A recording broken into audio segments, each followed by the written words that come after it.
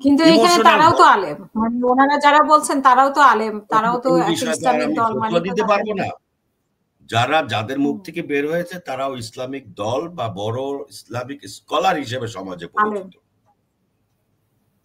আলেম হিসেবে পরিচিত। তো তাদের বক্তব্যটাও তো বিবেচনা রাখা উচিত, কারণ যেহেতু তারা ইসলামিক দল এবং তাদের এই আলেমদের মধ্যে থেকেই অনেকে। আপনি বলছেন যে আওয়ামী লীগকে একটা সুযোগ করে দিতে পারে, কিন্তু আওয়ামী লীগ তো এমনিই সুযোগ পেতে পারে, যেমন জাতীয় পার্টির সাথে বা অন্যান্য ছোটখাটো দলের সাথে তারা তো এমনিই সুযোগ, তারপরে স্বতন্ত্র হিসেবে দাঁড়াতে পারে। আওয়ামী লীগের কি পিআর এর জন্য, মানে পিআর হলে কি আওয়ামী লীগের সুবিধা বেশি হয় নাকি এমনি যে? আমি তো আপনাকে ব্যাখ্যা করে দিলাম, এখানে আওয়ামী লীগ সবচেয়ে বেশি সুবিধা পাবে পিআর এর মাধ্যমে নির্বাচন হলে। আর তার থেকে আমি যদি রাজনৈতিক ভাষায় বলি, আবহমান কাল ধরে কোনো বিতর্ক ছাড়াই যেই পদ্ধতিতে নির্বাচন হয়ে এসেছে, যেই নির্বাচন পদ্ধতি সম্পর্কে এই দেশের মানুষ পরিচিত, সেই পদ্ধতিটা হঠাৎ করে চেঞ্জ করতে হবে কেন? যদি করতেই হয়, হ্যাঁ করতেই হতে পারে, যদি করতে হয় তাহলে আপনাকে জনগণের কাছে নির্বাচনের সময় নির্বাচনী ম্যানিফেস্টোতে আপনাকে উল্লেখ করতে হবে। যেমন আপনার মনে আছে যে প্রেসিডেন্সিয়াল গভর্নমেন্ট থেকে সংসদীয় গণতন্ত্রে আমাদের দেশ প্রত্যাবর্তন করেছে 91 নির্বাচনের সময়। এটা নির্বাচনী ইশতেহারে ছিল, তখন এটা অন্তর্বর্তীকালীন সরকার ছিল।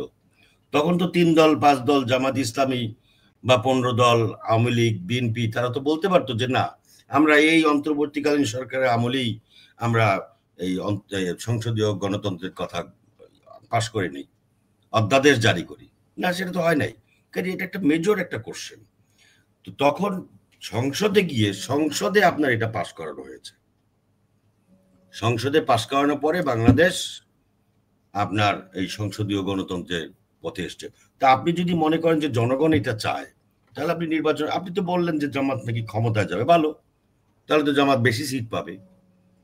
জামাত যদি চট্টগ্রামের নেতা আজকে বলছিলেন, জামাত যদি ক্ষমতায় যায়, জনগণ যদি জামাতকে ভোট দেয়, সেক্ষেত্রে আমাদের কিছু করার থাকবে না, কারণ জনগণই হচ্ছে ক্ষমতার সবচেয়ে বড় উৎস।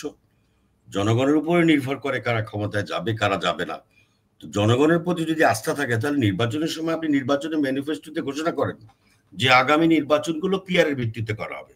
জনগণ যদি এটা আপনাকে অ্যাকসেপ্ট করে, নির্বাচনে ভোট দিলে পার্লামেন্টে গিয়ে আপনারা মেজরিটির ভিত্তিতে সেটা পাস করে নেবেন, খুব সহজ হিসাব। কিন্তু এই দুর্বল গভর্নমেন্টের উপরে কেন চাপানো হচ্ছে?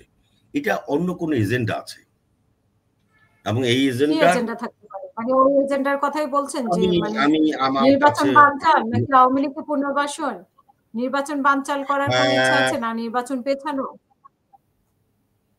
এই দলগুলি বর্তমান অনির্বাচিত সরকারের সময়ে তারা সরকারি সুযোগ সুবিধা যেরকম পায় সেরকম সুযোগ সুবিধা ভোগ করতেছে। তারা মনে করে যে নির্বাচিত কোনো সরকার যদি আসে, তাহলে জনগণ যাকে ভোট দেবে তারা পাওয়ারফুল থাকবে।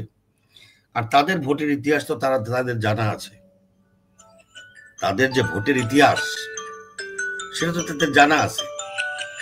ভোটের ইতিহাসগুলি খুব ভালো করে গণ অভ্যুত্থানের পরে জাকসুতে তারা জিতে গেছে, চাকসু রাকসু এগুলো তো তারা জিতে যাবে। সো এখানে তারা মনে করছে যে তাদেরও একটা বিশাল জনসমর্থন তৈরি হয়েছে। আমি তো মানলাম যে আপনারা যদি জিতেই যাচ্ছেন, তাহলে সমস্যাটা কোথায়? এই কি ডাকসুতে কি পিআর পদ্ধতিতে ভোট হয়েছে নাকি? জাকসুতে কি পিআর পদ্ধতিতে ভোট হয়েছে? চাকসুতে কি পিআর পদ্ধতিতে ভোট হবে? চাকসুতে তো ছাত্র শিবিরের ভিপি ছিল প্রায় 35 বছর 40 বছর আগে। তো তারা কি ক্ষমতা চলে আসছিল নাকি তখন? মাহমুদুর রহমান মান্নান সাহেব তো 2 বার ডাকসুর ভিপি ছিল, 1 বার চাকসুর ভিপি ছিল। উনি কি, ওনার দল কি ক্ষমতা চলে আসছিল? উনি তো কোনোদিন এমপিও হতে পারেন নাই।